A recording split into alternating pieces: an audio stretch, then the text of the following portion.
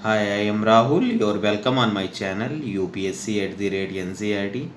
जैसा कि मैं विजन टेस्ट डिस्कस कर रहा हूँ फॉर द UPSC PT 2023 के लिए, जिसमें मैंने टेस्ट 1 पॉलिटी पे डिस्कस कर लिया है। आज 2 ये भी पॉलिटी पे है, इसको डिस्कस करूँगा। तो स्टार्ट करते हैं। टेस्ट 2 क्वेश्चन नंबर 1 देखते हैं। Which of the following is are correct with reference to the cantonment board. तो पहला है, it is established for municipal administration for the civilian population in the cantonment area. Yes. दूसरा है, it works under the administrative control of the union ministry of the home affairs. No, ये defence minister के अंतर्गत काम करता है। Okay, तो ये गलत। तीसरा देखते हैं, it consists of partly elected and partly nominated members. Yes, इसमें दोनों शामिल होते हैं। ओके, इलेक्टेड 5 मेंबर होते हैं, पार्टली मेंबर का मेंशन नहीं है, वो बैरी करते हैं। ओके, देन इसका 1 and 3 is right. Cantonment board basically cantonment act 2006 के तहत सेंट्रल गवर्नमेंट द्वारा बनाया गया है, और ये 74th कॉन्स्टिट्यूशन अमेंडमेंट 1992 के तहत, जो कि शेड्यूल 9A में आता है, उसमें है इसके बारे में उल्लेख है। ओके, तो इसका सी सही है। नेक्स्ट मूव करते हैं। Second number question, second current पे है। Consider the following statements regarding Ramanujan prize in the field of mathematics. Okay, तो पहला है, it awarded by the university of Cambridge in the memory of the Srinivasa Ramanuja. Yes, ये सही है। दूसरा, no women has been awarded this prize till now. No, अभी last year यानी कि 2021 में नीरा गुप्ता 4th इंडियन थी जिसको मिला है ये। ओके, ये इंडियन स्टैटिस्टिकल इंस्टीट्यूट कोलकाता से बिलोंग करती हैं। और इसका थर्ड ऑप्शन है, the prize is awarded to ये रिसर्चर्स फ्रॉम ये डेवलपिंग कंट्री। नो, ये डेवलपिंग प्लस डेवलप्ड कंट्री दोनों बिलोंग करते हैं। ओके, तो इसका ये सही है, ओनली 1।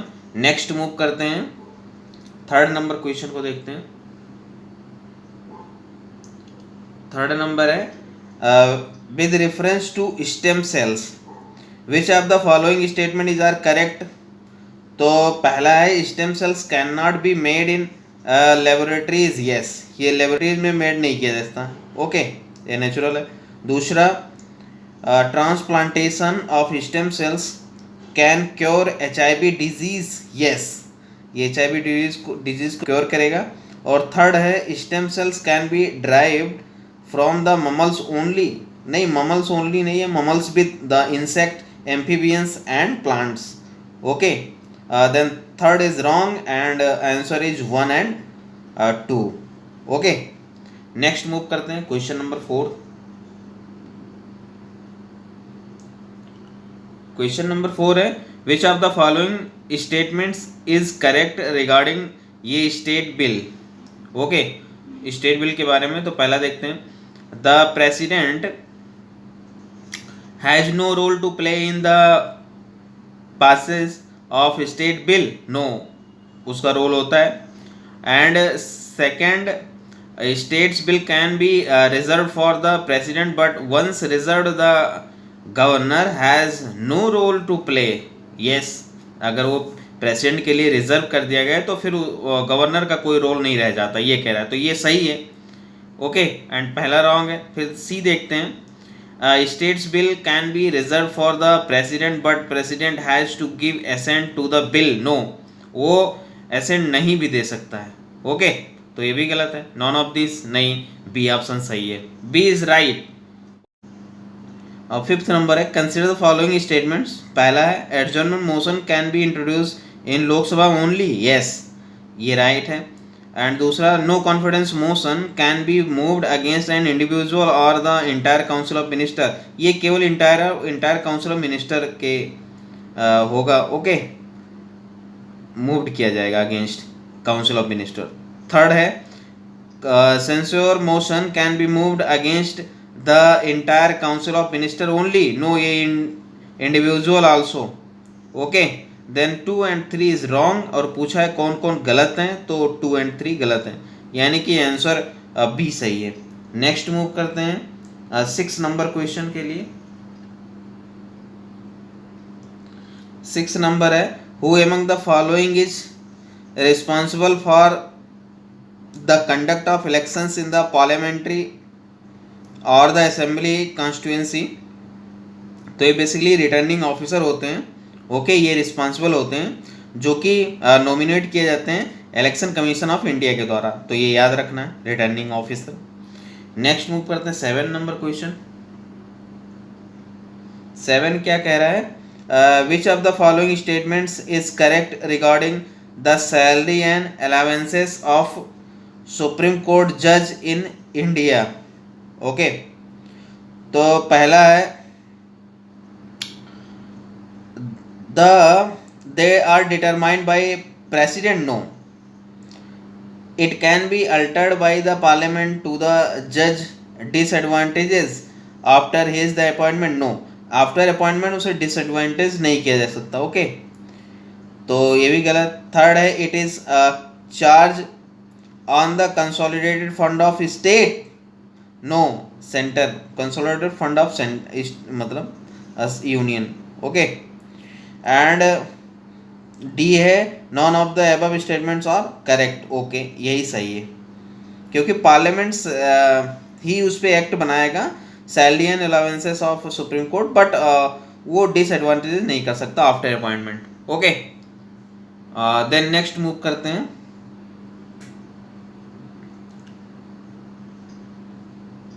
8 नंबर। 8 नंबर है in the context of Indian polity, in which of the following matters can the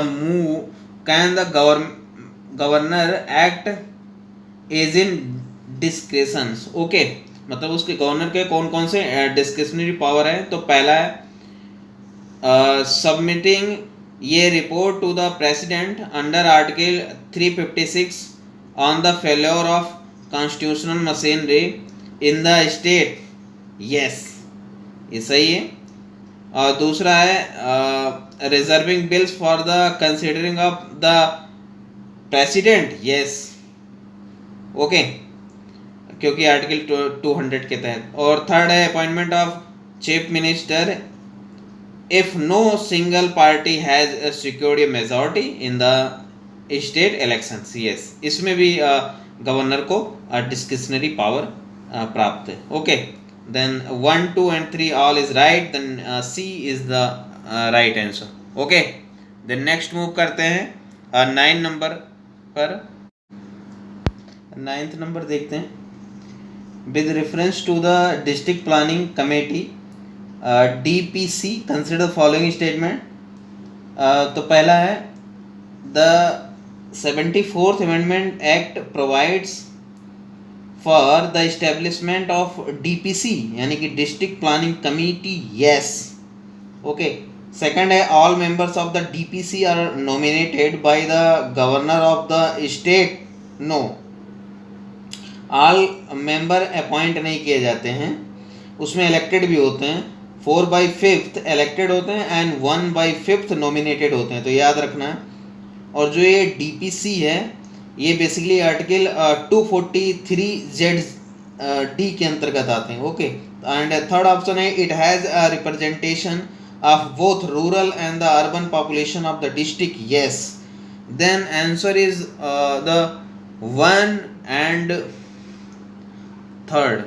okay, then next move करते हैं 10 number question. with reference to Vice President of India, which of the following statements is are correct। तो पहला है Vice President is elected by same electoral college as that of the president? No. Basically जो vice president होता है वो elected होता है राज्यसभा के member, all member of the Rajya Sabha and all member of the Lok Sabha, okay, elected and nominated both, okay. And जो president होता है उसमें only elected member of the Lok Sabha and the Rajya Sabha and elected member of the state assemblies and जो UTs हैं उनके भी elected member, Delhi and Pondicherry, okay. तो पहला गलत। दूसरा देखते हैं, ये resolutions for his removal need to be passed with the special majority in the both the houses, okay। तो जो रेजोल्यूशन है for his removal need to be passed with special majority in the both the houses, नहीं, ये president के लिए है, okay. Vice president के लिए आर्टिकल 67 के तहत राज्यसभा अपने रेजोल्यूशन से उसे हटा सकती है, ओके। वो इफेक्टिव मेजॉरिटी से राज्यसभा एंड उसको लोकसभा में सिंपल मेजॉरिटी से पास होना चाहिए। बस इतना ही है इसके बारे में। Committee of the public undertaking के बारे में पूछ रहा था। Chairman of this committee can be only from the Lok Sabha, हाँ बिल्कुल। दूसरा, the members are elected every year for ये टर्म ऑफ द 1 ईयर, हाँ ये भी सही है ये। लेकिन ये प्रोपोर्शनल रिप्रेजेंटेटिव्स जो होता है सिंगल ट्रांसफरेबल वोट उसके तहत होते हैं, ठीक है। और मिनिस्टर नहीं होंगे इसके मेंबर, और स्पीकर अपॉइंट करेंगे, ठीक है। फिर 12 नंबर पे चलते हैं, इसमें सी सही है, 12 पे चलते हैं। Vice president gives his resignation किसको देते हैं? तो वो प्रेसिडेंट के देते हैं, आर्टिकल 67 ये कहते हैं। 13 नंबर पे चलते हैं। Consider the following statement, there is a no fixed tenure for the supreme court जज as he can be removed from his office by president on the recommendation of the parliament, बिल्कुल। दूसरा, the conduct of the supreme court judge cannot be discussed in the legislature except during the impeachment motion, हाँ ये भी सही है। वैसे discussion नहीं कर सकते क्योंकि प्रेसिडेंट को हटाने के लिए तरीके हैं, वो अगर 65 इयर्स का हो गया हो और रिजाइन दे दिया हो या इम्पीचमेंट के द्वारा, ठीक है। तो ऑप्शन सी सही होगा। फिर 14 नंबर पे चलते हैं।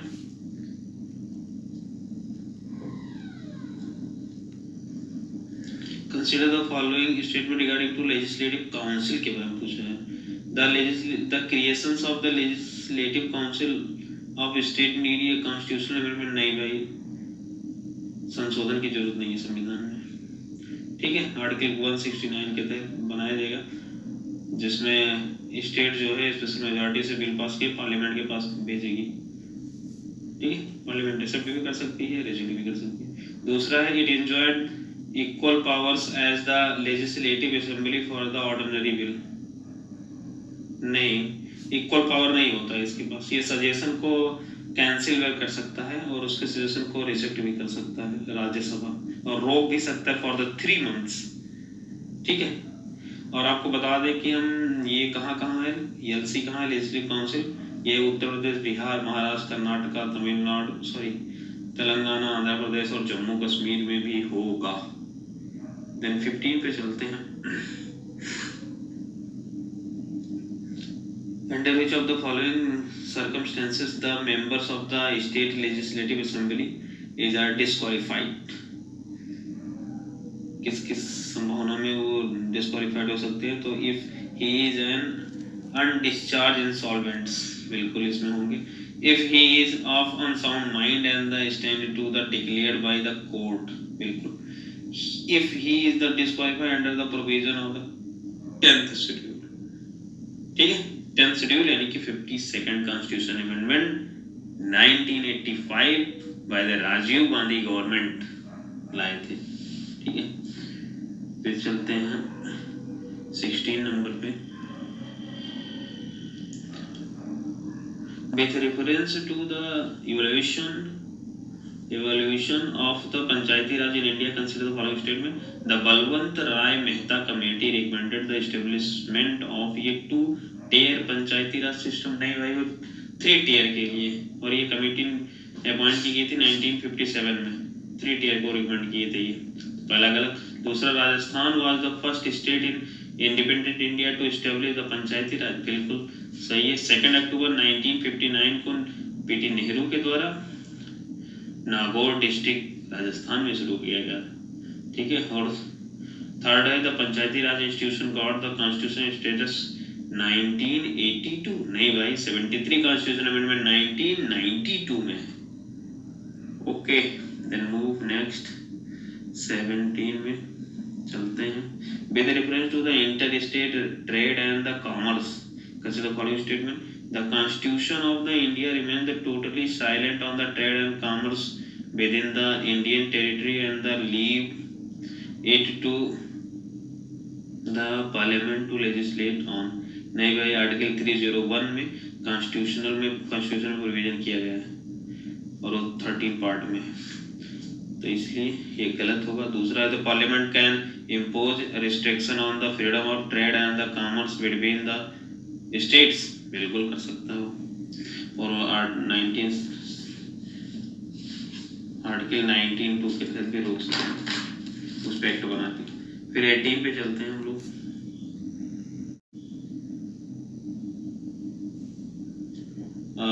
The provision in the 5th schedule and the 6th schedule in the constitution of India किससे रिलेटेड है? रिलेटेड है the protection the interest of the schedule tribes, बिल्कुल। तो जो 5th शेड्यूल है ये जो असम है, मेघालय, त्रिपुरा, मिजोरम को छोड़ के बाकी क्षेत्रों में, शेड्यूल एरियाओं में लागू होता है। और जो ये हैं असम, मेघालय, त्रिपुरा, मिजोरम, ये 6th शेड्यूल में आते हैं, ठीक है। फिर चलते हैं 19th में। ये है on premature dissolutions of the panchayati after the 2 years of its constitutions, बहुत इजी क्वेश्चन है। It will be reconstituted to serve the remainder of the period, बिल्कुल। मतलब एक ही साथ पूरा चुनाव होगा किसी स्टेट में अगर हो रहा है तो कोई बीच में किसी का डेथ हो जाए 2 साल पहले ही, तो वो नया जो प्रधान चुना जाएगा वो कोई भी मतलब पंचायत से रिलेटेड, तो वो उतने दिन के लिए होगा जब जनरल चुनाव होने वाला होगा सब, तो यही कह रहा है, तो ऑप्शन सी सही है। फिर 20 पे चलते हैं। In the context of the 17th schedule, local government as a subject come under the state list, बहुत ही क्वेश्चन है। 21, consider the following statement with regard to the state legislation। पहला है, legislative assembly while the passing and the ordinary bill can override the amendment made by the legislative council, हाँ बिल्कुल कर सकता है, अभी पिछले क्वेश्चन में देखे थे। और दूसरा है, ये bill reject by the legislative assembly irrespective of the its origin and became dead, हाँ बिल्कुल। इसलिए ये हमें दिमाग में होना चाहिए कि लेजिस्लेटिव असेंबली जो है वो मोस्ट पावरफुल है देन लेजिस्लेटिव काउंसिल, ठीक है। तो ऑप्शन सी सही होगा। अब फिर चलते हैं 22 पे।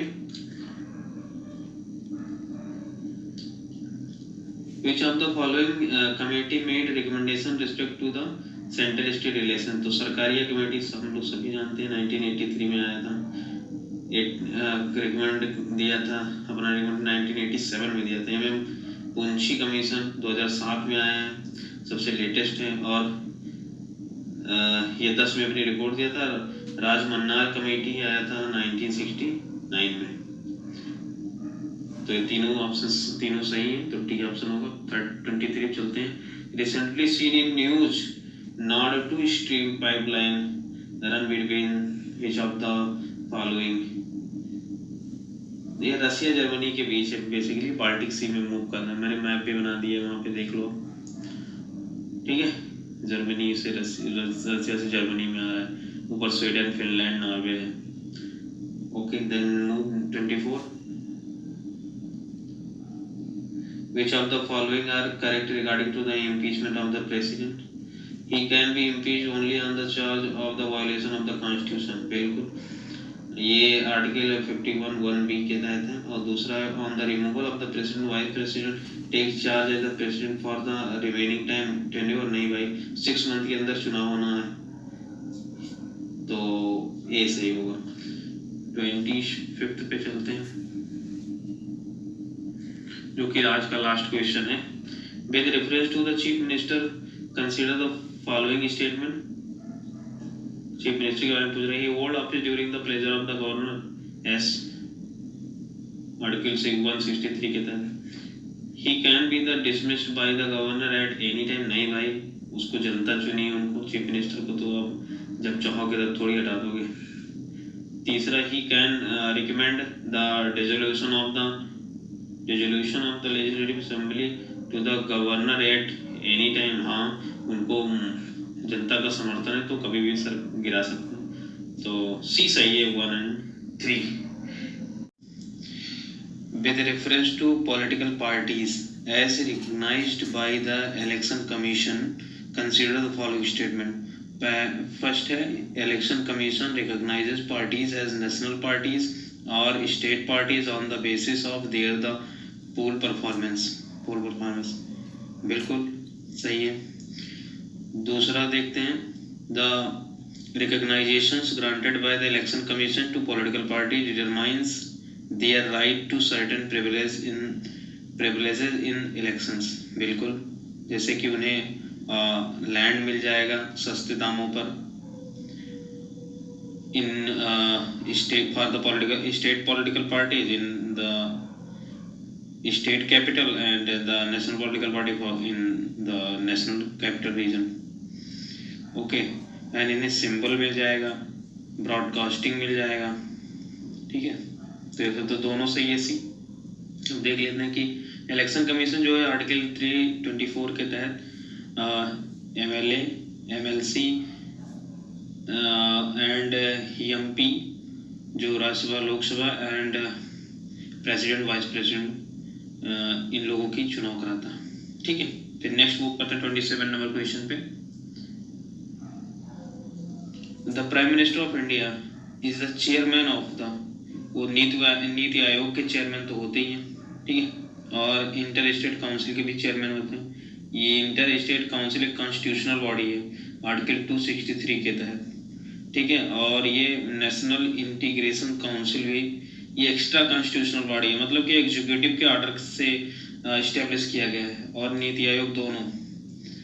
ठीक है, और एक और है NWRC, नेशनल रिवर करके है ये, उसके भी चेयरमैन प्राइम मिनिस्टर होते हैं। ठीक है, जो नेशनल इंटीग्रेशन काउंसिल है ये नेशनल इंटीग्रेशन के लिए काम करती है। बस, तो ये जान लो, ऑप्शन डी इसका सही है। फिर चलते हैं 28 नंबर क्वेश्चन पे।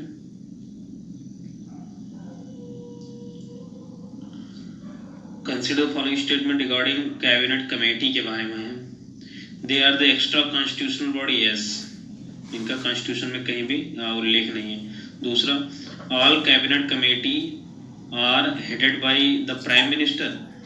नहीं, इसमें 8 कैबिनेट कमेटी है जिसमें 6 को प्राइम मिनिस्टर हेड कर रहे हैं, और एक है पार्लियामेंट्री, उसको हेड कर रहे हैं होम मिनिस्टर, और एक और है अपॉइंटमेंट कमेटी, उसको शायद फाइनेंस मिनिस्टर हेड कर रहे हैं। ठीक है, तो इसका ये सही है। चलते इसमें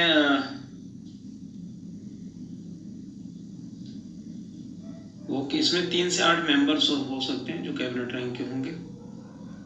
ठीक है, नेक्स्ट मूव करते हैं।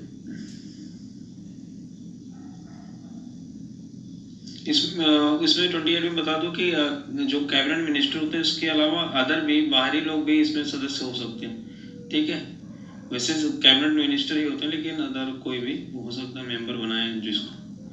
फिर 29 पे चलते हैं। In the context of global economy, society for world wide international financial telecommunication SWIFT, जो न्यूज में बना रहता है, उसी बारे में refers to is of the following statement is correct. तो ये it operates as an the middleman to verify the information of the transactions by the providing secure financial messaging services. हाँ बिल्कुल, ये कोई ट्रांजैक्शन नहीं करता, बस उसके बारे में मैसेज प्रोवाइड कराता है ट्रांजैक्शन का। ठीक है, मिडिलमैन की तरह, तो यही होगा ऑप्शन ये सही है। फिर चलते हैं 30 नंबर पे। वो बेसिकली वो रशिया के ऊपर सैंक्शन लगा था यूक्रेन इशू पे, इसलिए वो न्यूज था स्विफ्ट। 30 पे चलते, consider the following statement regarding the first past the post system of the elections in India. तो इसे प्लुरलिटी सिस्टम भी कहते हैं, ये इंडिया और यूके में दोनों में चल रहा है। पहला ऑप्शन है, in this system each constituency elect one representatives, बिल्कुल सही है। The winning candidate is in this the system must secure more than the 50, नहीं भाई, नॉट मोर देन 50%।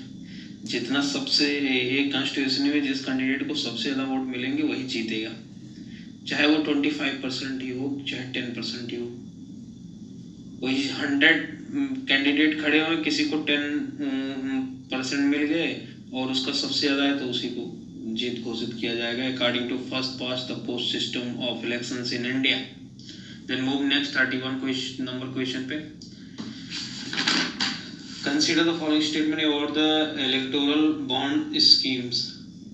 इसमें all political parties are eligible to receive the funding through electoral bonds, नहीं भाई, registered political party होंगी जो RP 1951 के तहत होंगी, ठीक है। उन्हें जनरल इलेक्शंस, चाहे वो पार्लियामेंट का हो चाहे लेजिस्लेटिव असेंबली का हो, उन्हें कम से कम 1% वोट मिलना चाहिए। ये 2018 में शुरू किया गया था इलेक्टोरल बॉन्ड सिस्टम स्कीम जो है फाइनेंस मिनिस्ट्री के द्वारा, और इसमें 1000 से लेकर 1 करोड़ रुपए तक का टोकन लिया जा सकता है, और ये केवल एसबीआई के दिल्ली ब्रांच में होगा, ठीक है। दूसरा ऑप्शन है, electoral bond can not B purchased bye an individual person,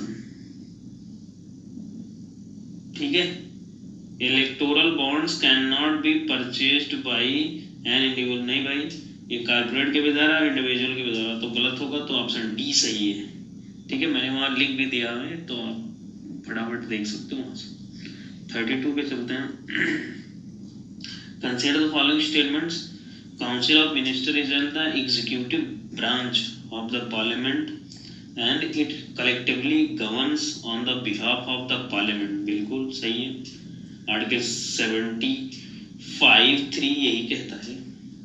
और दूसरा है, it is binding on all minister to pursue or agree to a policy for which there is the collectively responsibility, बिल्कुल, नहीं तो सरकार गिर जाएगी। और पॉलिटिकल पार्टी में विप होता है, अगर वो पार्टी का रूल नहीं मानेंगे तो उनके ऊपर विप जारी होगा और उनकी मेंबरशिप खत्म हो जाएगी, ठीक है। तो ऑप्शन सी सही है। 33 पे चलते हैं। Consider the following statements regarding the OIC, organisation of the Islamic cooperation के बारे में पूछ रहा है। बस इसमें हम कुछ जान लेते हैं। इसमें 57 कंट्री हैं, 1967 में शुरुआत हुआ था लगभग। इसमें 4 कंटिनेंट के कंट्रीज हैं, इसमें Asia, Africa, Europe, south America.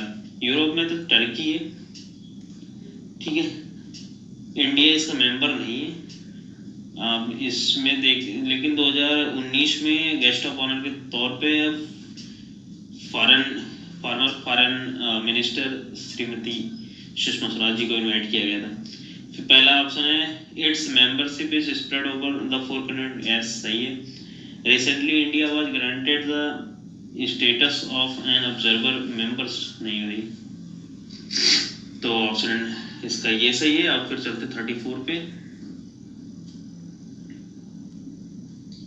34 क्या कह रहा है, with reference to the inter state council पूछ रहा है भाई, which of the following statement is correct, it was established on the recommendation of the Punchhi commissions, नहीं भाई, ये सरकारिया कमेटी 1990 में के द्वारा हुआ था। Basically inter state council constitutional body है, ठीक है। उसके बारे में कुछ और जान लेते हैं। ये सेटअप किया गया था, सेटअप हुआ है under article 263 of the constitution of India, vide presidential order date 1990 में। The president compose of this council, the prime minister जो है उसके चेयरमैन होंगे, और जो चीफ मिनिस्टर्स हैं ऑल स्टेट के उसके मेंबर होंगे, और यूटीज के भी जो लेजिस्लेटिव असेंबली रखते हैं ऐसे यूनियन टेरिटरी वो भी इसके मेंबर होंगे, जैसे Pondicherry, Delhi and Jammu Kashmir in the future. There is administrative of UTs having not having the legislative assembly, जो यूटीज जो लेजिस्लेटिव असेंबली नहीं रखते, जैसे कि चंडीगढ़, दादरा नगर हवेली, अंडमान द्वीप, अंडमान, ये सब भी लोग शामिल हैं। Governor of the states under the presidents rule वो भी शामिल होंगे। Members of the six ministers of the cabinet rank in the union council of the minister to nominated by the prime ministers, okay। 4 minister of the cabinet rank as the permanent invitee members, ठीक है। तो ये सब इसकी inter state council के बारे में जानकारी थी। तो पहला गलत है क्योंकि वो सरकारी कमीशन के पे हुआ था। और दूसरा है it's secretariat also the function as the secretariat of the zonal council, बिल्कुल। और जोनल काउंसिल में आपको बता दूं ये होता है, जोनल काउंसिल जो है, एक है जोनल काउंसिल एक्ट 1956, उसके तहत 5 जोनल काउंसिल को बनाए गए थे और छठा बना है नॉर्थ ईस्ट के बारे में 1971 में, ठीक है। इसको हेड करते हैं होम मिनिस्टर ऑफ इंडिया। और इसमें जो जिस जोन में होता है उसके 7 चीफ मिनिस्टर होते हैं और वो लोग क्लॉकवाइज वाइस चेयरमैन होते हैं। बस इतनी जानकारी बहुत है इसके बारे में। अब 35 पे मूव करते हैं। With reference to money bill consider the following statement. All money bill are the financial bill but not all financial bill are money bill, बिल्कुल। फाइनेंशियल बिल के अंतर्गत ही मनी बिल आता है। Money bill article 110 and financial bill 117 1 और 3 के अंतर्गत आता है, ठीक है। जो मनी बिल होता है वो ओनली लोकसभा में पेश होगा, ज्वाइंट सिटिंग इस पे नहीं होगा। प्रेसिडेंट का प्रीमियर अप्रूवल लेना होता है और प्राइवेट मेंबर भी मनी बिल को पेश कर सकते हैं, ठीक है। इतना नोट ध्यान में रखना चाहिए एमसीक्यूज के लिए, सही के लिए। दूसरा है joint sitting for the passing money bill is the presided by speaker, नहीं भाई ज्वाइंट सिटिंग होगा ही नहीं। फिर 36 पे चलते हैं। With reference to the constitution of India consider the following statement. Forest, नहीं भाई फॉरेस्ट यूनियन लिस्ट नहीं है, फॉरेस्ट जो है कॉन्करेंट लिस्ट है। एग्रीकल्चर स्टेट लिस्ट, तो 2 सही है। एजुकेशन कॉन्करेंट लिस्ट सही है, तो 2-3 सही होंगे। यूनियन लिस्ट में क्या क्या आता है, डिफेंस, फॉरेन, सिटीजन, आरबीआई, ये सब आते हैं। स्टेट में क्या आएंगे, लैंड, एग्रीकल्चर, पुलिस, ये सब आएंगे। कॉन्करेंट लिस्ट में क्या कहेंगे, फॉरेस्ट, एजुकेशन, ट्रेड यूनियंस, ये सब आएंगे। और जो रेजिडरी पावर जो बचा हुआ है वो सब पार्लियामेंट उस पर कानून बनाएगा, ठीक है। 37 पे चलते हैं, इसका सी सही है। 37 पे चलते हैं। Who among the following can be the electors in the elections to the legislative council of the states, ठीक है। लेजिस्लेटिव काउंसिल में कौन कौन पार्टिसिपेट करते हैं ये पूछा है सीधा सीधा। आर्टिकल 169 के तहत लेजिस्लेटिव काउंसिल को बनाया जाता है। उस स्टेट लेजिस्लेटिव असेंबली के स्पेशल मेजॉरिटी से पास हुए रेजोल्यूशन को मेंबर पार्लियामेंट में भेजा जाता है और वो पार्लियामेंट सिंपल मेजॉरिटी से पास करेगा। 6 स्टेट में है इस समय, जो है यूपी, बिहार, मध्य प्रदेश, महाराष्ट्र, कर्नाटक और ये तेलंगाना और आंध्रा में, ठीक है। अब हम चलते हैं। और जो जितने भी लेजिस्लेटिव असेंबली होंगे वो 1/3 से ऊपर नहीं होंगे लेजिस्लेटिव काउंसिल के जो मेंबर हैं, ठीक है। तो पहला इसका ऑप्शन है members of the municipalities, yes municipalities के लोग होंगे। प्राइमरी स्कूल नहीं भाई, सेकेंडरी एंड सेकेंडरी से ऊपर के लोग इसमें शामिल होंगे, टीचर्स। और MLA from the state, yes. MP from the state नहीं भाई, एमपी नहीं शामिल होंगे। और इसमें 1/3 होंगे भाई लोकल बॉडी के, 1/3 होंगे लेजिस्लेटिव असेंबली के, 1/12 होंगे ग्रेजुएट स्टूडेंट्स जो 3 साल हो चुका हो, और 1/12 हैं टीचर्स जो सेकेंडरी लेवल से ऊपर पढ़ाते हैं, और 1/6 हैं गवर्नर नॉमिनेट करते हैं। तो ऑप्शन बी सही होगा। 38 पे मूव करते हैं जस्ट। ये बहुत सिंपल क्वेश्चन है। In case of the vacancy of in the office of speaker and the deputy speaker in the Lok Sabha who may elect the any members as the acting president, ठीक है, तो B सही है। 39 पे चलते हैं। Consider following statement regarding to white cheeked macaque recently seen, current का question है। They have the long and the thick hair on the neck and the longer tails than other the macaque species। भाई Google कर लो तो दिख जाएगा इसका image. और ये आंध्र प्रदेश में रिसेंटली मिला है, वैसिकली ये चाइना में मिला था। और दूसरा ऑप्शन है they are the listed under the schedule 1 WPA 1972। नहीं भाई ये लिस्टेड नहीं है, तो ऑप्शन ये सही होगा। 40 पे चलते हैं। Consider the following statement with reference to the various state level electoral officers।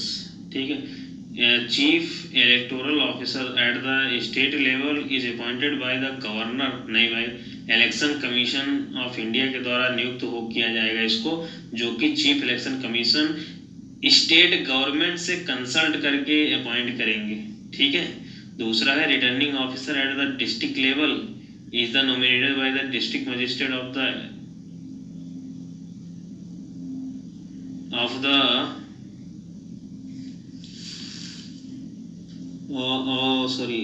returning officer at the district level is the nominated by the district magistrate of the district। नहीं भाई, इलेक्शन कमीशन जो है state government के consult पे इसको भी नियुक्त करेंगे।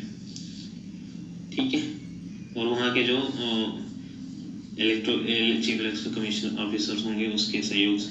तो फिर चलते हैं 41 पे। इसका सी नॉट पूछा तो सी होगा, बोथ एंड 1 and 2 दोनों नहीं सही है। फिर चलते हैं with reference to the 41 with reference to the municipal corporations और consider the following statements. They are the established in the states by act of the concern state legislative. ठीक है, म्युनिसिपल कॉर्पोरेशन के पर्पज बड़े शहरों में होता है, जैसे दिल्ली, मुंबई, बेंगलुरु, चेन्नई, कोलकाता, ये जैसे शहरों में ये बिल्कुल स्टेट लेजिस्लेटिव के तहत ही होगा। और the mayor is the chief executive authority of the corporation. नहीं, म्युनिसिपल कमिश्नर होते हैं, तो ये सही है इसका। फिर 42 पे चलते हैं। Consider the following statement regarding the major non NATO ally, यानी कि यमन, ये स्टेटस किसको बोलता है? designated asset by the European Union। नहीं भाई, ये यूएस के द्वारा है। It provides the military and the economic privilege as well as the entail the security commitment to the designated country। नहीं भाई, सिक्योरिटी कमिटमेंट नहीं किया जाता, बट मिलिट्री और इकोनॉमिक हेल्प होता है। ठीक है, तो ऑप्शन डी सही होगा, कोई इसमें सही नहीं थे इसलिए। 43 पे चलते हैं। With reference to the private member bill consider the following statements. It is introduced by any member of the parliament who is not a minister। बिल्कुल सही है। It is a draft by the concerned departments in the consultants with the law department। नहीं भाई, ये जो member होगा वो personal अपने से तैयार करेगा, और 1 मंथ पहले नोटिस देना होगा कि मैं बिल लाने वाला हूँ, तो ऑप्शन ये सही है। तो 44 पे चलते हैं। Next question 44। Consider the following statement. पहला है ऑप्शन, ये member can be nominated to the Rajya Sabha for the any number of the times. Yes, चाहे जितनी बार चुने जाए। दूसरा, the normal terms of the Rajya Sabha is the 6 year at a time. नहीं भाई, ये परमानेंट बॉडी है, 6 year जैसा कोई भी नहीं, एक मेंबर के लिए 6 year होता है, पूरे राज्यसभा असेंबली के लिए नहीं होता, परमानेंट बॉडी। तो ऑप्शन ये सही है। 45 पे चलते हैं। With reference to Indian judiciary के बारे में पूछ रहा है। Of the following statement, the oath and the affirmation for the supreme court जज is provided under the second schedule to the Indian constitution. नहीं भाई, 3rd शेड्यूल के बारे में, तो पहला गलत है। एनी रिटायर्ड जज of the supreme court of India can be the called back to sit and act as a supreme court judge by the chief justice of India with the prior permission of the president of India। yes, article 120 के तहत विधायक लिया जा सकता है। 46 पे चलते हैं भाई।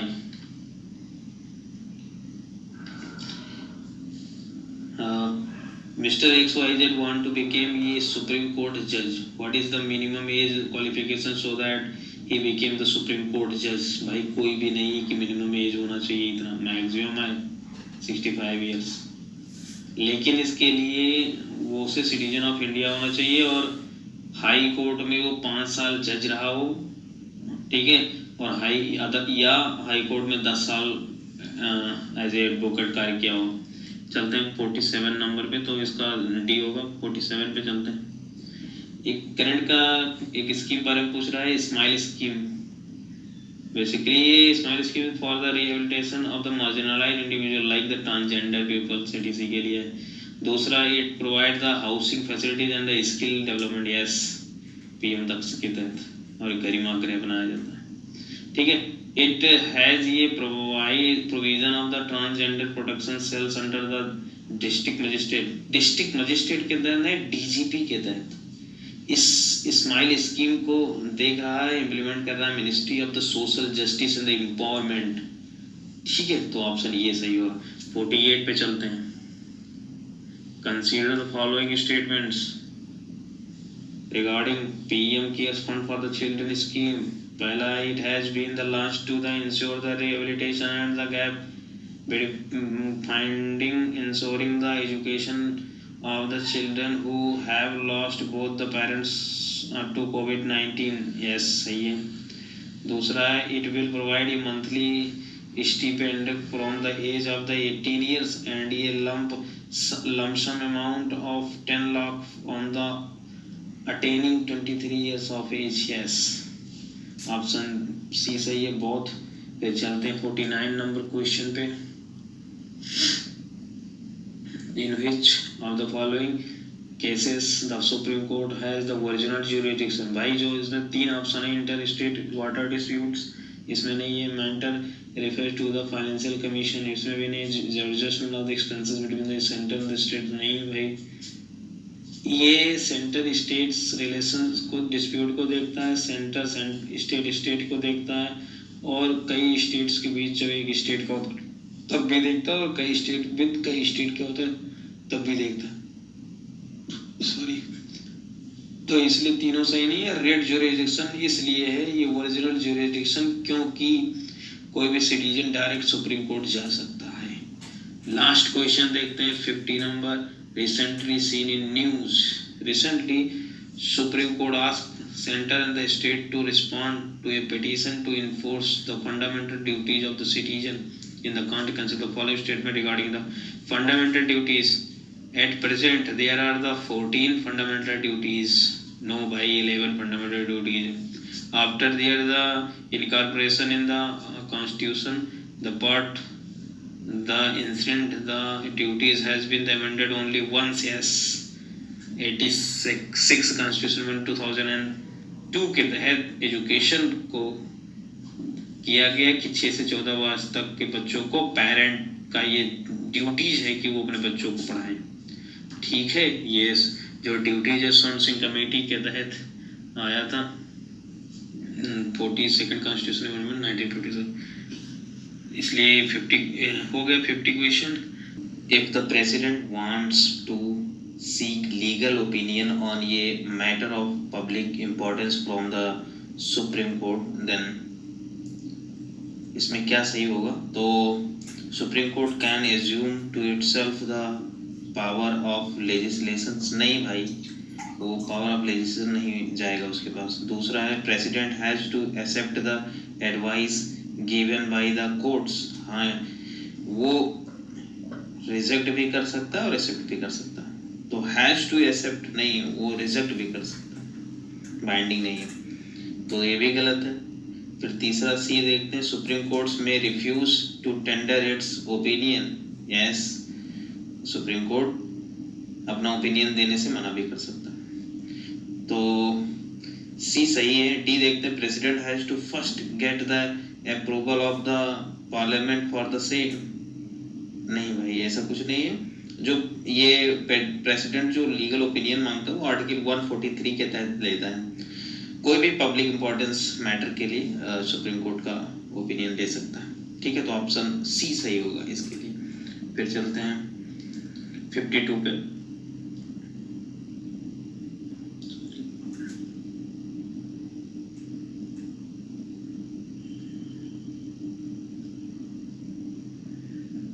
52 नंबर है, the president exercise executive power through, तो वो काउंसिल ऑफ मिनिस्टर के तहत करता है by prime minister. Okay, then move next 53।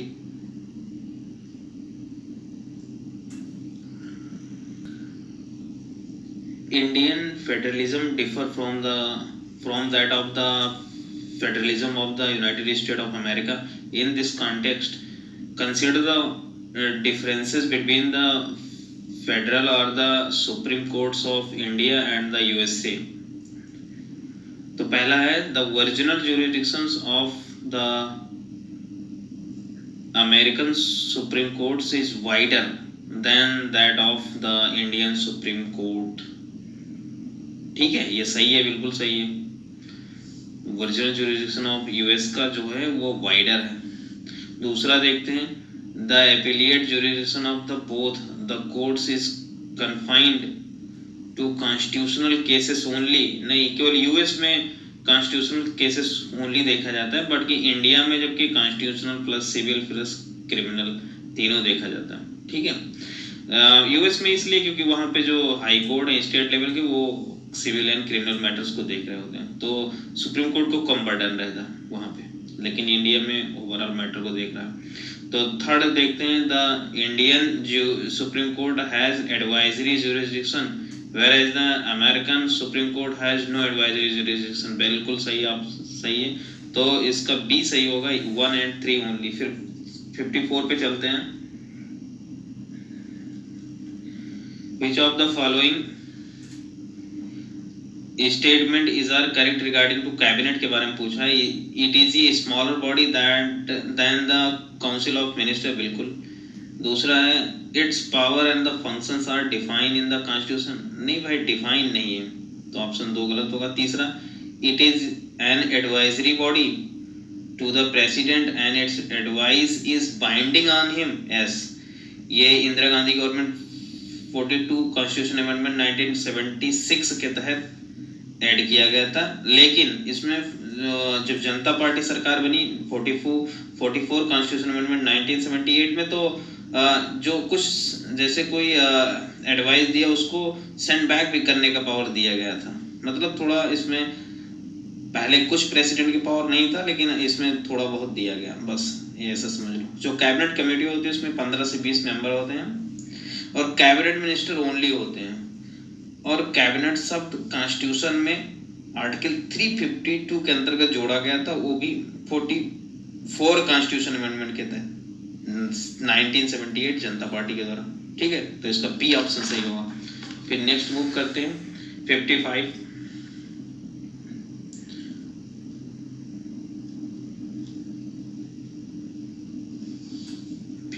पे चलते हैं।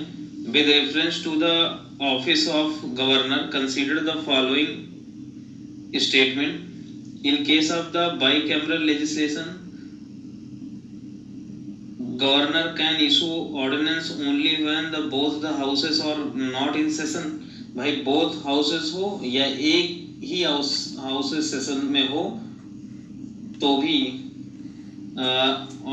ऑर्डिनेंस जारी किया जाएगा। ठीक है, तो ऑप्शन 1 गलत होगा। दूसरा, ही enjoyed personal immunity from legal liability for his official act। yes, हाँ, सिविल प्रोसीडिंग किया जा सकता है लेकिन क्रिमिनल नहीं किया जा सकता, लेकिन इसके लिए सिविल प्रोसीडिंग के लिए 2 मंथ नोटिस देना होगा, लेकिन क्रिमिनल नहीं होगा, तो बी सही होगा। फिर चलते हैं 56 पे। In which of the following cases does membership to parliament incur the disqualification under the 10th schedule. Disqualification 10th schedule के अंतर्गत कौन कौन से केसेस आएगा तो होगा, ये पूछा है। तो if any independent members join any political party before the expiry of the 6 month। नहीं भाई, इंडिपेंडेंट मेंबर कोई भी हो, अगर वो पॉलिटिकल पार्टी ज्वाइन करता है तो वो डिस्क्वालीफाई माना जाएगा, तो ऑप्शन 1 गलत है। दूसरा, if any nominated members join any political party before the expiry of the 6 month। हाँ बिल्कुल, 6 महीने के पहले कोई नॉमिनेट मेंबर पार्टी चुन सकता है। मतलब जा सकता है, तो ऑप्शन 2 नहीं होगा, मतलब सही है, और डिस्क्वालिफिकेशन नहीं होगा। तो तीसरा है if the voluntarily give up the membership of the political party to the which is belonged. हाँ, कोई भी मेंबर है अगर वो किसी पार्टी से चुन के आया, अगर उसका मेंबरशिप वो छोड़ेगा तो वो सदस्य नहीं रहेगा, यानी कि अगर वो एमपी है तो एमपी नहीं रहेगा। तो ऑप्शन ए सही होगा, 183 ओनली। 57 पे चलते हैं। With reference to cooperative societies के बारे में पूछ रहा है। Consider the following statements. पहला है elections to be a cooperative society are conducted by the state election commission. नहीं भाई, स्टेट लेजिस्लेशन के द्वारा कराया जाएगा, ठीक है। और दूसरा है मतलब वो कानून बनाएगा, उसके द्वारा ही कराया जाएगा। दूसरा है number of the directors of a cooperative society shall not exceeded 21। Yes, 21 member ही होते हैं। तीसरा, cooperative board shall have the at least the 2 women representatives। Yes, तो ऑप्शन बी सही होगा, 2 and 3 ओनली। नेक्स्ट मूव करते हैं 58 पे। Which of the following is are correct, sorry, is are the discretionary power of the president. President का discretionary power पूछा है, तो पहला है exercise of the suspensive veto power. हाँ बिल्कुल, इसमें वो होता है कि प्रेसिडेंट बिल अपहोल्ड कर सकता है किसी भी बिल को, अथवा रिफ्यूज कर सकता है एसेंट देने को, लेकिन ये मनी बिल नहीं होना चाहिए, ठीक है। तो ऑप्शन ये सही है। दूसरा, appointment of the prime minister when the no political party has majority in the Lok Sabha. Yes, ये भी सही है। तीसरा, appointment of the governor in the states. नहीं भाई, ये काउंसिल ऑफ मिनिस्टर के एडवाइस पर ही होता है, ठीक है। तो बी सही होगा। ऑप्शन क्वेश्चन 59 पे चलते हैं। Consider the following statements regarding the territorial extent of central and the state legislation in India। ठीक है, टेरिटोरियल एक्सटेंट पूछ रहा है, सेंट्रल एंड द स्टेट का legislation in India. The territorial jurisdictions of the parliament is absolute in nature for whole और the any part of the territory of India. Absolute नहीं है भाई पार्लियामेंट का, क्योंकि स्टेट लेजिस्लेशन को कुछ subject दिए गए ना। और दूसरा है the laws enacted by state legislature can not be applicable outside the state. नहीं भाई, एप्लीकेबल है, अदर स्टेट के पे भी लागू हो सकते हैं, ठीक है। तो डी इसका होगा। फिर चलते हैं 60 नंबर पे। 60 है, सुप्रीम कोर्ट इज ये court of record. It implies that the judgement of the supreme court are recorded for the perpetual memory. Yes, कोई भी जजमेंट अगर सुप्रीम कोर्ट देता है तो उसको high court and the lower court उसको एक रिकॉर्ड के रूप में यूज करते हैं, मतलब उसी के अनुसार देख के कोई भी जजमेंट देते हैं, इसे कहा जाता है कोर्ट ऑफ रिकॉर्ड। दूसरा चलते हैं, the supreme court has the power to punish for the contempt of court. Yes, तो सी ऑप्शन सही होगा इसका। फिर 61 पे चलते हैं। 11th शेड्यूल के बारे में पूछा है। 61, the 11th schedule of the constitution place which of the following under the purview of the panchayat. Panchayat से रिलेटेड है ये। इसमें कौन कौन सा चीज जो है पूछा है, परव्यू ऑफ पंचायत। तो पंचायत के अंतर्गत कौन कौन आता है, सीधा सही पूछा है। एग्रीकल्चर आता है, yes. Khadi and the village and cotton industries आता है, yes. Slum improvements and the upgradation, नहीं भाई, ये 12th में आएगा, जिसमें अर्बन से म्यूनिसिपैलिटी से रिलेटेड है, वो आएगा। तो और 4th है पब्लिक डिस्ट्रीब्यूशन, पीडीएस है, तो ये पीट बिल्कुल। तो 1 to 4 नंबर पे द एग्जीक्यूटिव ब्रांच पूछा है कि जो एग्जीक्यूटिव ब्रांच है उसमें कौन कौन से हैं। तो उसमें प्रेसिडेंट है, वाइस प्रेसिडेंट है, पीएम है, council of minister, attorney general. इसमें दिया गया है एक ऑप्शन गलत है, ऑल मेंबर्स ऑफ पार्लियामेंट। नहीं भाई, तो 1 to 4 सही होगा, बी ऑप्शन। फिर चलते 63 पे।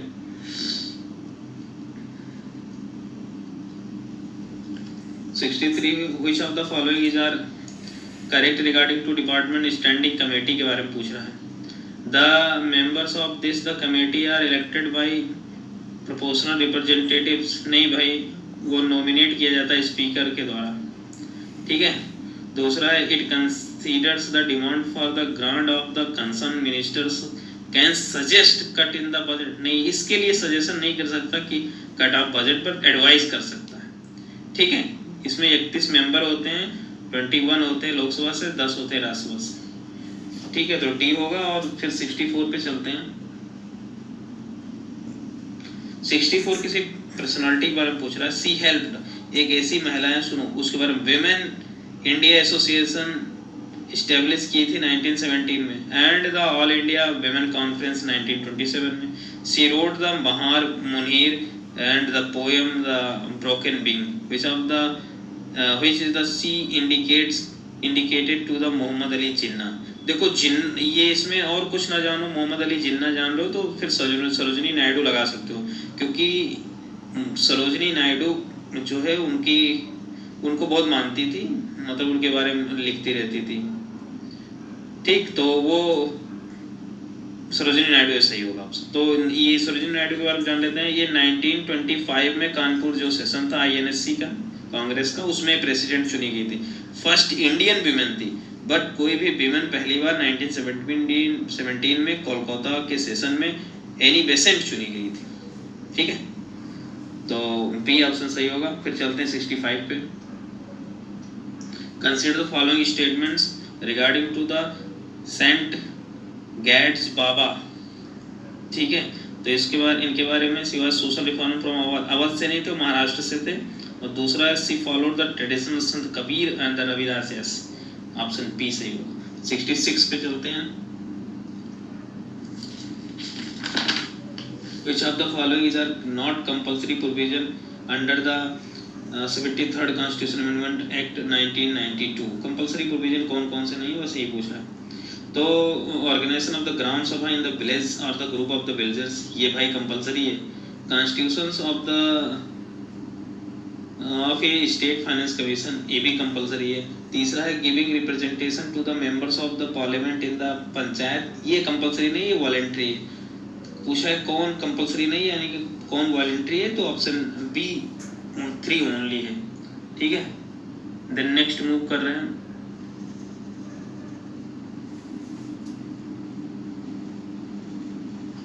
नेक्स्ट मूव करें 67 पे।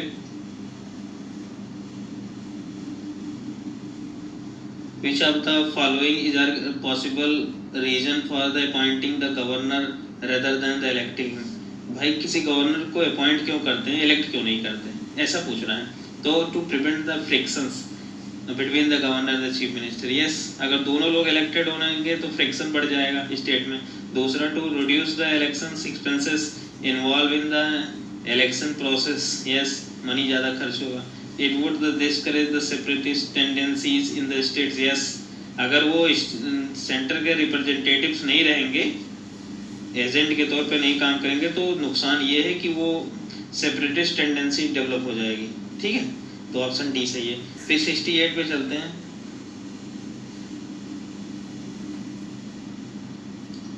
With reference to the President of India, which of the following statement is correct? पहला है The President must act regarding to aid and advise of the Council of Ministers. Yes, Article 74(1) के तहत। ठीक है, दूसरा है When the Council of Ministers resign, the President act regarding to his own discretions. नहीं भाई, जब काउंसिल ऑफ मिनिस्टर रिजाइन करके तो फिर तुरंत केयर टेकर गवर्नमेंट बनाया जाता है, उसके अनुसार प्रेसिडेंट काम करेगा। तो ऑप्शन ये सही होगा। फिर 69 पे चलते हैं। Who among the following can vote in the elections of the president? बहुत इजी क्वेश्चन है। Elected and the nominated member, भाई नॉमिनेटेड होगा कहीं भी काट दो, तो एक नहीं होगा। और दूसरा पूछ रहा है इलेक्टेड मेंबर ऑफ द, बिल्कुल होगा। Elected member of the UTJS होगा। Elected members of the legislative council, council के लोग वोट नहीं डालते, तो CB सही होगा। 2 and 3 ओनली। 70 पे चलते हैं। सॉरी,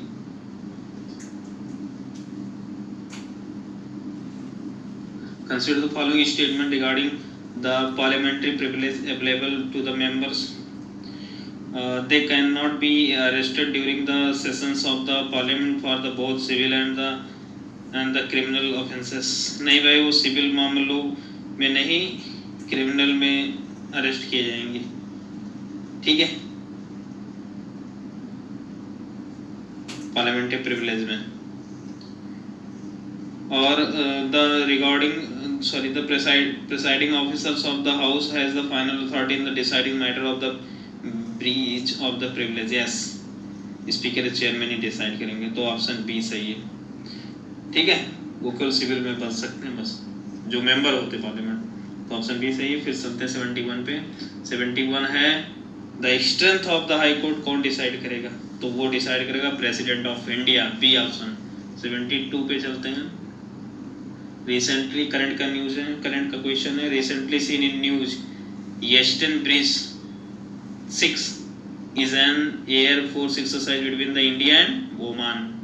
मैंने ओमान का मैप भी बना दिया है, ओमान ऊपर है, नीचे यमन है, इंडिया और अफ्रीका है। ठीक है, तो ओमान के साथ था, नाम है eastern bridge 6 air force exercise. 73 पे चलते हैं। which of the following not correct when the vice president is discharging functions of the president, जब वाइस प्रेसिडेंट प्रेसिडेंट के रूप में काम करता है तो कौन सही नहीं है। He enjoys all immunities which are the available to the president for his the official act. Yes. दूसरा, he continues to performs the duties of the chairman of Rajya Sabha, नहीं वो नहीं करेगा। दूसरा, कौन नहीं पूछा तो बी नहीं पूछा, बी नहीं सही है। He can pardon the sentence of a court martials। yes। D है he can the promulgate the ordinances on the advice of the council of ministry। yes, तो बी गलत होगा। फिर चलते हैं 74 नंबर पे। Consider the following statement with reference to the provisions of the panchayat extensions to the schedule areas act 1996। PESA act के बारे में पूछ रहा है, तो the provision of the act apply to the state of the north east only. नहीं भाई, north east only नहीं है, schedule area and tribal area के बीच होता है। ठीक है, पंचायत आर्टिकल 27 जो 43 है वो एक्सेप्शन प्राप्त है 5th शेड्यूल। ठीक। दूसरा है ministry of the rural department and the ministry of the panchayat of the north eastern और the nodal ministry for the implementation of this under act. नहीं, ये ministry of the panchayati raj के अंतर्गत होता है। ठीक, इसे पेशा को कहते हैं कॉन्स्टिट्यूशन विद इन कॉन्स्टिट्यूशन, तो ऑप्शन डी सही होगा, नाइदर वन नॉट टू। फिर लास्ट क्वेश्चन आज का देखते हैं 75। Consider the following statements with regard to the estimate committee, जिसे परिसीमन कमेटी एस्टीमेट कमेटी कहते हैं। इसमें 30 लोकसभा मेंबर होते हैं जो कि proportional representatives and single transferable vote के द्वारा चुने जाते हैं, मतलब इलेक्टेड होते हैं लोग। It is called as the continuous economic committee since it examine all the ministries and the department through the year. नहीं, वो एग्जामिन नहीं करता। ठीक है, एग्जामिन एंड द सजेशन देता है। ठीक है, तो ये केवल एग्जामिन करता है एंड सजेशन देता है, तो ऑप्शन 1 गलत हुआ। कंटिन्यूअस इकोनॉमी है बट वो एग्जामिन एंड सजेशन भी देता है। ठीक, तो 1 गलत। 8 examine the budget estimates only after they have been voted by the parliament. Yes, अब भी सही होगा, यानी कि 17(5) का बी ऑप्शन सही है। 6 नंबर क्वेश्चन है consider the following statements with reference to zonal council in India. Zonal councils पूछे हैं, तो पहला ऑप्शन है these are statutory body created under the states reorganisation act of 1956। Yes, ठीक है। फिर दूसरा है the union home minister acts as the chairman of all the zonal councils. Yes, तो मैं आपको बता दूं कि अब पूरे भारत में 6 जोनल काउंसिल हैं, लेकिन उसमें 5 जो है वो स्टेट रीऑर्गेनाइजेशन एक्ट ऑफ 1956 के तहत बने हैं, और एक बना है नॉर्थ ईस्ट, ठीक है, लेजिस्लेचर एक्ट करके बना है, 1971 में आया था। 1971 में ये एक्ट आया था, उसके तहत नॉर्थ ईस्ट काउंसिल बना है। और जो 5 हैं जो 1956 के तहत हैं उसमें है west, east, north, south and central, 5वां और एक 6 ये है। इसको हेड करते हैं जैसा कि ऑप्शन 2 में है होम मिनिस्टर इसको चेयर करते हैं, और जो इसको वाइस चेयरमैन होते हैं वो क्लॉकवाइज जिस जोन में रहता है वहाँ के चीफ मिनिस्टर क्लॉकवाइज होते हैं। ठीक है, तो इसका ऑप्शन सी सही है। मूव करते हैं नेक्स्ट 77 पे। Consider the following statements regarding the removal of the जज। पहला ऑप्शन है द जज ऑफ ये high courts can be removed on the same ground as ये जज of the supreme court, yes. दूसरा, violation of the constitution is the only ground for the removal of ये high court जज, ये गलत है। वायोलेशन ऑफ द कॉन्स्टिट्यूशन ये president के लिए है। ठीक है, वो कॉन्स्टिट्यूशन का अगर वायलेशन करेगा तो उस पर इम्पीचमेंट लगता है। और कॉन्स्टिट्यूशन वो वायलेशन कैसे करेगा, जैसे कि कैबिनेट जो काउंसिल ऑफ मिनिस्टर है वो एडवाइस करेगा, वो उसकी बात को ना माने, इस बेसिस पे इम्पीच किया जा सकता है प्रेसिडेंट को। ठीक है, तो हम जानते हैं कि जज को किस तरह से, जज को 2 आधार पे, मिसबिहेवियर और इनकैपेसिटी के आधार पे जो है इनके ऊपर एक मोशन लाया जाता है। लोकसभा के, यदि लोकसभा में लाया जाएगा तो 100 मेंबर होंगे, और यदि राज्यसभा में लाया जा रहा है तो 50 मेंबर होंगे। ठीक है, उसको एडमिट करेंगे स्पीकर या चेयरमैन जिस हाउस में आया है, फिर उस पर एक इंक्वायरी कमेटी बिठाई जाएगी 3 मेंबर की। उसमें एक सुप्रीम कोर्ट के जज, एक हाई कोर्ट के जज, एक इमिनेंट पर्सन जूरिस्ट होंगे जो कि प्रेसिडेंट के निर्धारित करेंगे। ठीक है, अब इसको ये अगर पाया जाता है वो मिसबिहेवियर और इनकैपेसिटी, तो वो दोनों हाउस में स्पेशल मेजॉरिटी से पास होना चाहिए। अगर पास होता है तो प्रेसिडेंट उसको अपने आर्डर से हटा देंगे। ठीक है, और कुछ जान लेते हैं। सुप्रीम कोर्ट में 124 और सेक्शन 4 के तहत जो है सुप्रीम कोर्ट की वकील को जज को हटाया जाएगा, और हाई कोर्ट के 218 के तहत। ठीक है, और हटाने का है जुडिशियल इंक्वायरी 1968, ये एक्ट है, इसके आधार पे हटाया है, लेकिन अभी तक कोई भी जज हटाया नहीं है। ठीक है, फिर मूव करते हैं 78 पे।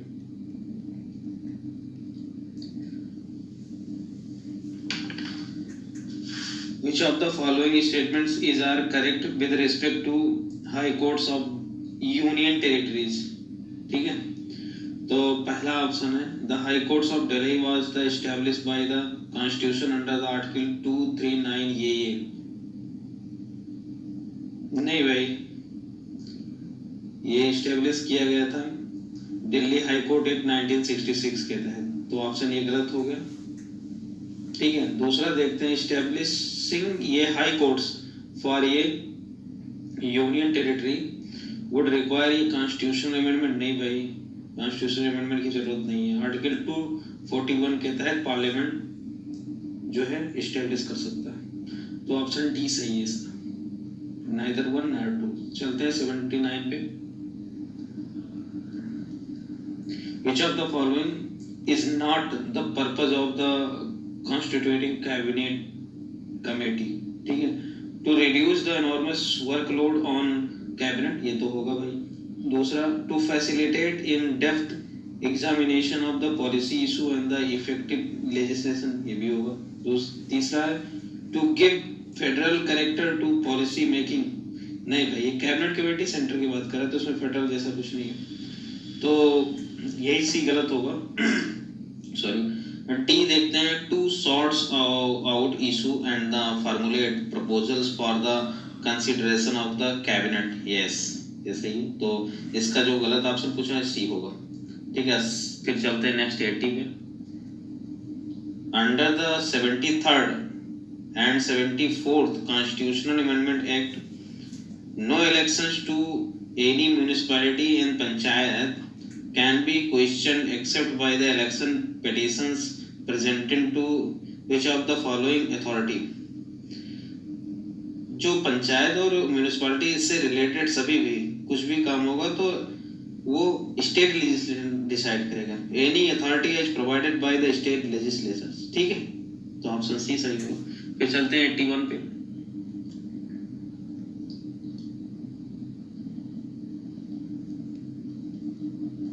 Which of the following statement is are correct regarding the election of the Rajya Sabha members? Rajya Sabha के मेंबर्स के इलेक्शन के बारे में पूछ रहा है। तो पहला है all the members of the state legislative assembly participate in elections. नहीं भाई, केवल इलेक्टेड मेंबर पार्टिसिपेट करेंगे स्टेट लेजिस्लेटिव के। ठीक है, तो गलत हो गया ये। दूसरा, elections for the vacant seats of Rajya Sabha. Election for the vacant seat of Rajya Sabha are hold every 3rd year. नहीं भाई, 2 ईयर पे होता है। ठीक है, तो थोड़ा राज्यसभा के बारे में जान लेते हैं। ये 1952 में पहली बार आया था और बाई कैमरल लेजिस्लेटिव इंडिया में 1919 में जो एक्ट था मोंटेग्यू जेसफोर्ड, उसके तहत हुआ था। ठीक, तो ऑप्शन डी इसका होगा। फिर नेक्स्ट मूव करते हैं 82 पे। The Central Council of the Local Government is chaired by, तो ये चेयर करेंगे minister of the housing and urban affairs, article 263 के तहत। ठीक, इसमें इंटर स्टेट काउंसिल और 1954 में इसे एस्टेब्लिश किया गया था। नेक्स्ट मूव करते हैं 83 पे। Which of the following is not and the essential feature of the local governance. भाई पूछा है कि जो पंचायत है म्यूनिसिपैलिटी, उसके लिए क्या एसेंशियल फीचर नहीं है। तो active participation of the citizenry, ये तो होगा भाई, इसीलिए बनाया गया। दूसरा, increase accountability of the administration, yes. तीसरा, centralization of the decision making. नहीं भाई, डिसेंट्रलाइजेशन, जो सेंट्रल स्टेट अपना पावर कम करते हैं वो लोकल को देते हैं, लोकल जो अथॉरिटी है। ठीक है, तो इसका नहीं पूछा था तो बी ऑप्शन होगा। फिर नेक्स्ट मूव करते हैं 84। Consider the following statement regarding the United nation refugee convention 1951। ये करंट का क्वेश्चन है। एक कन्वेंशन है रिफ्यूजी से related, united nation refugee convention 1951। देखते हैं इसको। फर्स्ट है, it is based on the core principle of non refoulements which asserts that a refugee should not be returned to any country where they are face the serious threat to their life or freedom। ये बिल्कुल सही है, यही इसका purpose भी है। दूसरा, it has not clearly defined the terms refugee and anyone can declare himself as a refugee without any verification। ये गलत है भाई, उसमें निर्धारित किया गया है, सब कुछ डिफाइन किया गया है जो यूनाइटेड नेशन रिफ्यूजी कन्वेंशन है। ठीक है, फिर तीसरा, इंडिया है ratified the convention in the 2010। नहीं, अभी तक इंडिया ने रेटिफाई नहीं किया है, क्योंकि जो इंडिया के पड़ोसी देश हैं उसका भारत पर काफ़ी रिफ्यूजी आते हैं, इसलिए इस बर्डन को कम करने के लिए, क्योंकि भारत की एक बड़ी जनसंख्या अभी पॉवर्टी में है। ठीक है, मूव करते हैं 85 पे। Which of the following is are the duties of the Indian coast guard. ठीक है, तो पहला देखते हैं इसका कौन कौन सा काम रहता है कोस्ट गार्ड का। Preservation and the protection of marine environment, yes. Prevention of control of the marine pollution, yes. फिर नेक्स्ट है assisting the customs and other authorities in the anti smuggling operations, yes. तो इसका तीनों होगा, ए 1, 2 and 3। फिर move करते हैं 86 पे। Consider the following statements. Pairs पूछा है, फेस्टिवल और स्टेट पूछा है कि कौन कौन से। तो व्यंजन ऑफ द्वादशी जो है कहाँ मनाया जाता है, तो ये उड़ीसा मनाया जाता है और ये वैष्णव है, यानी कि कृष्ण के अवतार जो हैं, कृष्ण को मानने वाले इसको मनाते हैं। और ये मेदरम जात्रा, ये बेसिकली तेलंगाना में मनाया जाने वाला फेस्टिवल, तो 2 गलत हो गया। और नयोकुम, ये अरुणाचल प्रदेश में मनाया जाता है, जो निशी ट्राइब मनाती है। ठीक है, तो 1 एंड 3 सही है, ऑप्शन डी। फिर चलते हैं 87 पे। Consider the following statements regarding the chief minister of a state. Chief minister के बारे में पूछा है। ये person who is not a member of the state legislatures can not be appointed as the chief minister. नहीं भाई, appoint किया जा सकता है। ठीक है, तो ये ऑप्शन गलत। वो 6 महीने तक मुख्यमंत्री बना रह सकता है, चीफ मिनिस्टर। उसके पहले उसको या एमएलए चुन के या एमएलसी चुने 6 स्टेट में, जो जहाँ जहाँ, ठीक है, और जहाँ नहीं है वहाँ तो कंपलसरी एमएलए बनने होगा। फिर दूसरा, he and she should be of ये minimum age of the 30 to be appointed as chief minister of state. नहीं भाई, कोई अगर एमएलए चुना जाएगा तो एमएलए के लिए 25 ईयर्स है, ठीक। तो दोनों पूछे कौन सही नहीं है, तो दोनों सही नहीं है, 1 और 2, तो बीसी ऑप्शन। 88 पे चलते हैं। With reference to state governor के बारे में पूछा। Method of the appointments of governor is adopted from the Canadian constitution. Yes. और जो पद है, ऑफिस है जो गवर्नर का, वो गवर्नमेंट ऑफ इंडिया एक्ट 1935 से लिया गया है। ये दोनों में पता होना चाहिए अलग अलग, ठीक। अपॉइंटमेंट का मेथड जो है कनाडा से लिया गया है, लेकिन जो ऑफिस है वो गवर्नमेंट ऑफ इंडिया 1935 से लिया गया है। दूसरा, the British person can be appointed as the governor, the same person can be appointed as the governor for the 2 or the more states. Yes, तो ऑप्शन सी सही है, 1 और 2 4। फिर नेक्स्ट मूव करते हैं 89 पे। The method of the code of conduct comes immediately into effect. भाई पूछ रहा है कोड ऑफ कंडक्ट कब शुरू हो जाता है कहीं भी, तो once the elections commission announce the schedule of the elections, जैसे ही शेड्यूल घोषित करेगा शाम 5 बजे, उसी दिन से लागू हो जाता है, ठीक। तो ऑप्शन ये सही है। फिर 90 देखते हैं। रिसेंटली करंट का न्यूज है, ये करंट का क्वेश्चन है। Recently news species of the spider in name Narasimha Mehtai, इसका नाम है Narasimha Mehtai, in the honour of the Narasimha Mehta. तो नरसिम्हा मेहता तो समझ लो गुजरात से रिलेटेड होगा। ये क्या है, तो ये वैष्णव संत हैं एंड ये Pioneer of the Gujarat literature, ठीक है। नरसिम्हा मेहता के बारे में पूछा था। नरसिम्हा मेहता ने लिखा है, वैष्णव जन तव तेने कही जो पीर पराई म जाने रे, ये गांधी जी का भजन था, ठीक। तो ये याद रहेगा, ऑप्शन बी सही है। फिर 91 पे चलते हैं। With reference to the budgetary process in India appropriation bill पूछा है। Budgetary preparation bill refers to, तो ये होता है authorisation of the withdrawal from the consolidation fund of India, ठीक है, पैसे विड्रॉल करने के लिए कंसोलिडेशन फंड ऑफ इंडिया से, तो ऑप्शन ये सही होगा। 92 चलते हैं। With reference to the powers of the president consider the following statement. पहला है, the prior assent is required to introduce the constitutional amendment bill and the money bill. भाई मनी बिल के लिए प्रायर एसेंट चाहिए, but constitution amendment के लिए नहीं चाहिए, ठीक। और तो पिछले क्वेश्चन में डिस्कशन किए थे फर्स्ट पे, जो पहला टेस्ट था। फिर दूसरा देखते हैं, he can nominate 2 members to the Rajya Sabha from Anglo Indians community. नहीं भाई, 2019 के पहले था कि 2 मेंबर्स लोकसभा के लिए था, वो भी अब खत्म कर दिया गया है। 104 कॉन्स्टिट्यूशन अमेंडमेंट 2019 के तहत एंग्लो इंडियन को खत्म कर दिया गया है, तो ये डी होगा। फिर चलते 93 पे।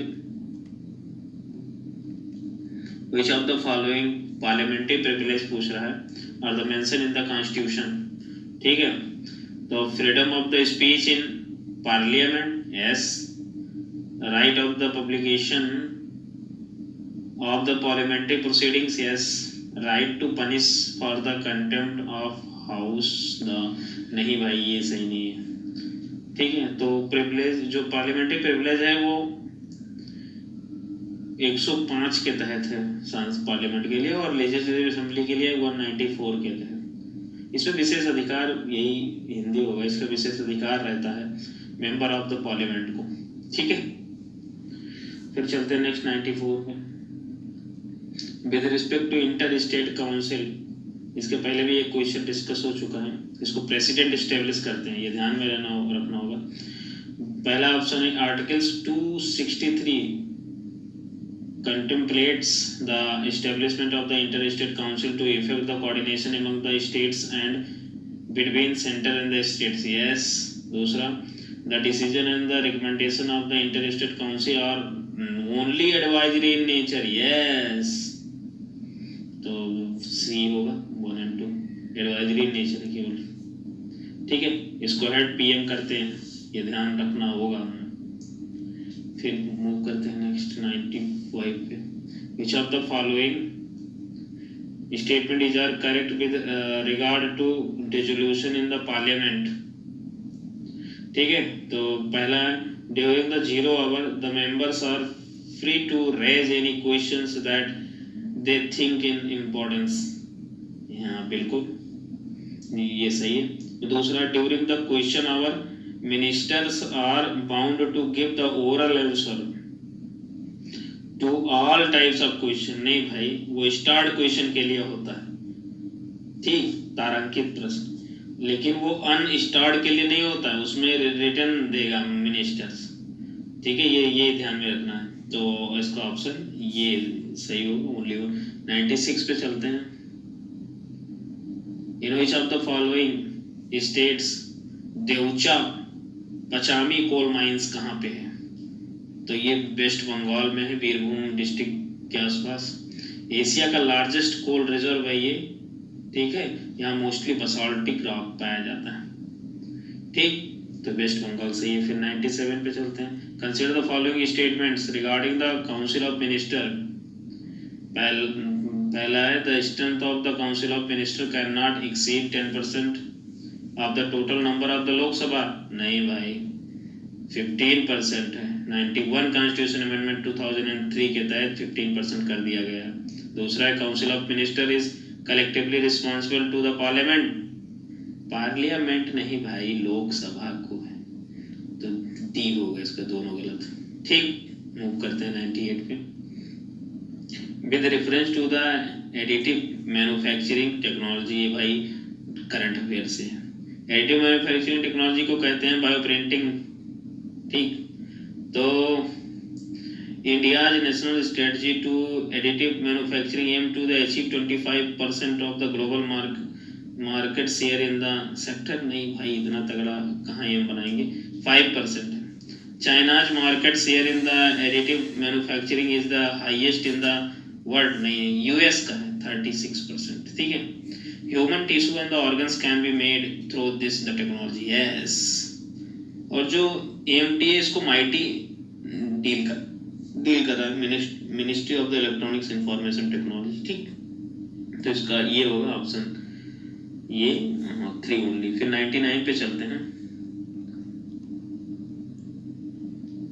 Which of the following statement are correct regarding office of the prime minister के बारे में पूछ रहा है। He hold office during the pleasure of the president. Yes. दूसरा, resignation of the prime minister automatically dissolve the council of minister. Yes. Then option C सही है, 1 and 2। Last question चलते हैं आज का। Which of the following are the exclusive power of the Lok Sabha. Lok Sabha के exclusive power कौन है, ये पूछ रहा है। Vote on the demand for grants. Yes. Introductions of the constitutional amendment bill, ये भाई दोनों लोगों की, मतलब ये ऑर्डिनरी बिल है होता है, तो ये राज्यसभा लोकसभा दोनों पेश कर सकते हैं, ठीक, प्रेजेंट कर सकते हैं। तीसरा है creation of the all India service. ये आर्टिकल 312 के तहत राज्यसभा केवल पेश करेगा, ठीक है। जैसे कि लोकसभा को मनी बिल में बजटरी से संबंधित काउंसिल ऑफ मिनिस्टर रिस्पॉन्सिबल है जो लोकसभा के प्रति, और जो ज्वाइंट सेटिंग में विशेष अधिकार मिल जाता है। ये सब जो है एक्सक्लूसिव है लोकसभा के लिए। राज्यसभा के लिए क्या है, वो सब्जेक्ट, स्टेट सब्जेक्ट को सेंटर में बनाने का अधिकार होता है, सेंटर सब्जेक्ट को स्टेट में, और ऑल इंडिया सर्विसेज से रिलेटेड, ठीक है। तो इसका ऑप्शन ये होगा, ठीक है। खत्म होता है टेस्ट 2 विजन का, खत्म हुआ। टेस्ट 3 कल से शुरू होगा, जो कि जियोग्राफी पर है, ठीक है। कल से शुरू करते हैं geography. Thank you very much.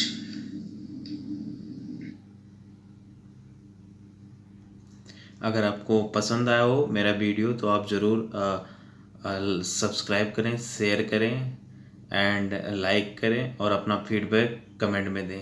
Thank you very much.